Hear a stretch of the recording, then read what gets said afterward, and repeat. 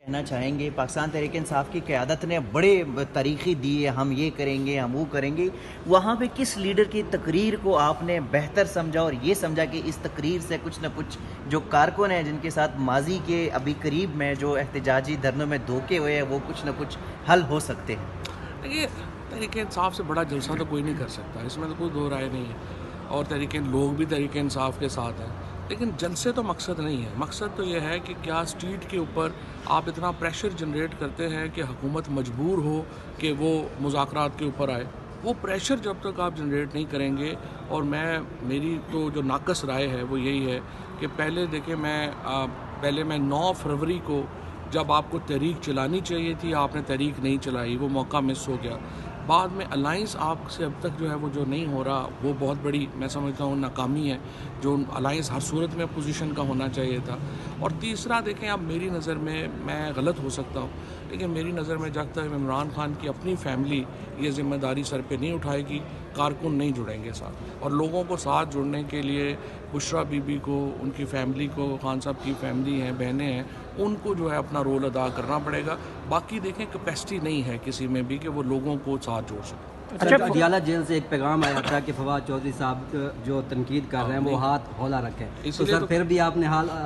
ہولا نہیں رکھا ہوا۔ اسی لیے تو میں تنقید کر نہیں پا رہا نا، ورنہ تو میرے پاس بہت تنقید ہے جو میں تنقید کی ہے وہ نہیں۔ عمران خان اور ڈونلڈ ٹرمپ کی سابق بیوی کے تعلقات کے بارے میں آپ کا ایک کلپ بڑا وائرل ہے اور اس پہ بڑی تنقید ہو رہی ہے، وہ تھوڑا سا آپ ایکسپلین کریں، آپ کیا کہنا چاہ رہے تھے اس پہ؟ عمران خان کے ٹرمپ فیملی کے ساتھ پرانے فیملی تعلقات ہیں، اور ان کا تعلق بس سپرفیشل نہیں ہے، ان کا بڑا اچھا قریبی تعلق ہے، اور ظاہر ہے کہ عمران خان پاکستان میں وزیر اعظم بننے سے پہلے بھی بڑی اہم شخصیت رہے ہیں، پاکستان کے لوگوں کے دلوں کی دھڑکن، وہ 50 سال سے 50 سال سے بھی شاید زیادہ عرصے سے پاکستان کے سپر سٹار ہیں، تو لہٰذا ظاہر ہے کہ ان کے تعلقات ہیں، دوستیاں ہیں، اور اسی لیے کافی لوگ سمجھتے ہیں کہ پریزیڈنٹ ٹرمپ جو ہیں وہ شاید ان کے لیے کردار ادا کریں گے، بٹ میں یہ سمجھتا ہوں کہ کردار پاکستان کے لوگوں نے ادا کرنا ہے، باقی لوگ مل جائیں گے ساتھ۔ اچھا سر یہ بتائیے گا کہ مولانا فضل الرحمان صاحب، اس کے بعد یہ کہا جا رہا ہے کہ جو چیف جسٹس کے اختیارات ہیں وہ اس طرح نہیں رہے، اصل جو اختیارات ہیں وہ آئینی بینچ کے پاس چلی گئی، آپ کو کیا لگتا ہے؟ دیکھیں یہ جو 26ویں آئینی ترمیم آئی ہے، اس کے بعد تو جو پاکستان کی جوڈیشری ہے، خصوصاً سپریم کورٹ ہے، اس کو تو سمجھ ہی نہیں آ رہی کہ وہ تیتر ہے یا بٹیر ہے۔ آپ جو چیف جسٹس پاکستان جو سب سے بڑا عہدہ ہے، اس کو اختیار ہی نہیں ہے کہ وہ آئین کی انٹرپریٹیشن کے کیس سن سکے، اور جو دوسرا جونیئر موسٹ جج ہے جس نے زندگی میں کبھی آئین کی کوئی کیس جو ہے وہ نہیں سنا، وہ کہہ رہے ہیں کہ جی وہ آئین کا کیس سنے گا۔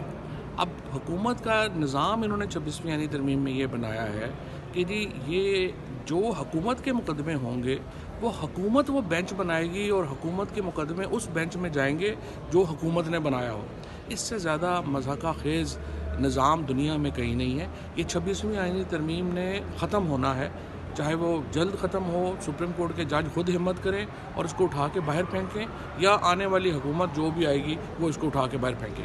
اچھا فواد چودھری صاحب یہ بتائیے گا کہ مولانا فضل الرحمان یا ان کی جماعت عمران خان سے تو ملاقات کرنا چاہ رہی ہے، اس تناظر کو کیسے دیکھتے ہیں، اور آپ کب تک عمران خان سے ملاقات کرنا چاہ رہے ہیں؟ دیکھیں مجھے تو جب بھی خان صاحب بلائیں گے میں تو حاضر ہوں، میرا تو مسئلہ نہیں ہے۔ مولانا فضل الرحمان کے ساتھ میں سمجھتا ہوں کہ الائنس میں جو تاخیر ہے، جی ڈی اے کے ساتھ ملاقات میں جو تاخیر ہے، جماعت اسلامی میں جو ملاقات میں تاخیر ہے، یہ پاکستان کے لیے اچھا نہیں ہے، تحریک انصاف کے لیے اچھا نہیں ہے، اپوزیشن کے لیے اچھا نہیں ہے۔ یہ الائنس جلد از جلد ہونا چاہیے تھا، یہ آج سے 6 مہینے پہلے ہو جانا چاہیے تھا، اور انفارچونیٹلی اس الائنس کے نہ ہونے کی وجہ سے حکومت پہ کوئی پریشر نہیں ہے۔ Thank you. سب سے پہلے تو اب آج جو اسلام آباد کی جو ایئر کوالٹی ہے وہ بھی آپ دیکھ رہے ہیں کہ نیچے گر رہی ہے، تو باقی ملک کا حال تو آپ کے سامنے ہی ہے۔ یہ قدرت کا انتقام ہے، جب آپ 1200 ایکڑ جو درخت ہیں وہ کاٹ دیں گے ہاؤسنگ سوسائٹی بنانے کے لیے، جو ملتان میں ہوا آپ کے سامنے، تو وہاں پہ پھر کیا ہوگا؟ آج ملتان کی جو ایئر کوالٹی انڈیکس ہے وہ آپ کے سامنے ہے۔ لاہور میں جب یہ پورا بنا رہے تھے،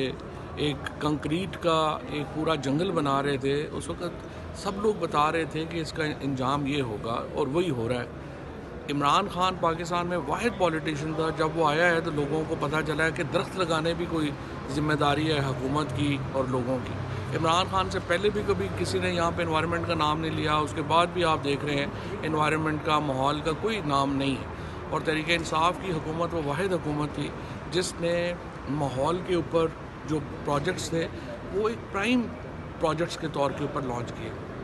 چاہے وہ بلین ٹری سونامی کے ہوں، چاہے وہ باقی ماحولیاتی آلودگی کے ہوں۔ تو اب انفارچونیٹلی جب وزیر اعظم، وزیر اعلیٰ انہوں نے جا کے جو ہے وہ جنیوا رہنا ہو اور پاکستان کے ماحول سے انہیں دلچسپی نہ ہو اور یہاں پہ صرف کنکریٹ کے جنگل بنا کے پیسے کمانا مقصد ہو، تو یہی ہونا ہے۔ اور بڑی جلدی آپ دیکھیں گے کہ جو پاکستان کے شہر ہیں یہ لیویبل ہی نہیں رہیں گے، یہاں پہ آپ رہ ہی نہیں سکیں گے جس قسم کی پلاننگز جو ہے یہ کر رہے ہیں۔ آپ نے لاہور کے حالات اس لیے ہیں کہ دیکھیں وہاں پہ جو نگران حکومت تھی تقریباً اربہ روپے کی کنسٹرکشن وہاں پہ کی گئی بغیر اس کی ماحولیاتی کسی امپیکٹ کے کرتے ہوئے۔ اس کے بعد آ کے اس سے پہلے شہباز شریف بھی یہی کر رہا تھا، مریم بھی یہی کر رہی تھی، تو ظاہر ہے کسی نے ماحول کے اوپر توجہ نہیں دی، اور آج پاکستان کے یہ حالات ہیں اور اس کے اوپر توجہ دیے بغیر ظاہر ہے کہ وہ اب کچھ نہیں سکتا۔ ٹائم بھی بڑا تھوڑا ہے۔ شہید صاحب یہ بتائیے اس کہ لیے آج جو ہے دوسرا میں نے آج لاہور میں یہ رائٹ ٹو انفارمیشن ایکٹ کے تحت درخواست دی ہے کہ ہمیں بتایا جائے کہ مریم نواز جو ہے جب جنیوا جو خصوصی جہاز کے اوپر گئی ہیں اس کی کس نے اس کے پیسے دیے ہیں؟ کیا وہ حکومت پنجاب نے دیے ہیں، پاکستان ایئر فورس نے دیے ہیں، کسی پرائیویٹ آدمی نے دیے ہیں؟ وہ پاکستان کے لوگوں کا اور پنجاب کے لوگوں کا بالخصوص یہ حق ہے کہ ہمیں پتہ چلے کہ ان کے ٹریول ایکسپینسز کون اٹھا رہا ہے، پھر وہاں پہ جس طریقے سے یہ لوگ وہاں پہ پارٹی کر رہے ہیں اس کے ایکسپینسز کون اٹھا رہا ہے۔ سو وہ ہم نے آج رائٹ ٹو انفارمیشن ایکٹ کے تحت یہ اپلیکیشن دی ہے۔ پاکستان کے جو معاملات ہیں، حالات ہیں، وہ کسی طور کے اوپر بھی نہ اس وقت سیاسی حالات میں کوئی پختگی ہے، چاہے آپ 26ویں ترمیم لے ہیں، 27ویں لے ہیں یا 30ویں لے ہیں، جب تک آپ عمران خان کی سیاسی اہمیت کو تسلیم نہیں کرتے،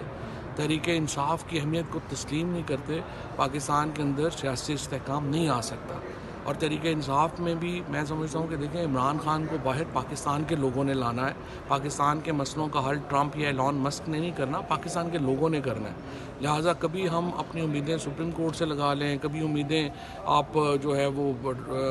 امریکہ سے لگا لیں، ادھر سے لگا لیں، یہ بھی درست نہیں ہے۔ پاکستان کے لوگوں کو اس وقت جو یہ حکومت اس وقت تک اگر قائم ہے تو اس کی وجہ یہ ہے کہ تحریک انصاف سے انصاف یا انقلاب مینیج نہیں ہو رہا، اور حکومت سے کا پرابلم یہ ہے کہ ان سے عمران خان مینیج نہیں ہو رہا، اور اس لیے پاکستان ایک سیاسی طور کے اوپر ایک بہت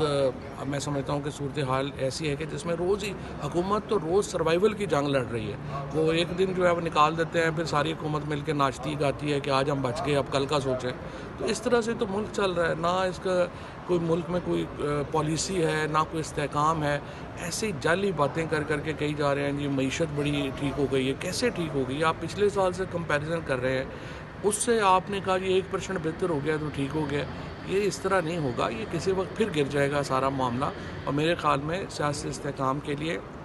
حکومت کو سوچنا چاہیے، عمران خان سے براہ راست مذاکرات کرنے چاہیے اور ان کے ساتھ بیٹھ کے پاکستان کے اگلا سیاسی لائے عمل دینا چاہیے۔ ثوابی اوکے جناب، اوکے سر، اللہ حافظ۔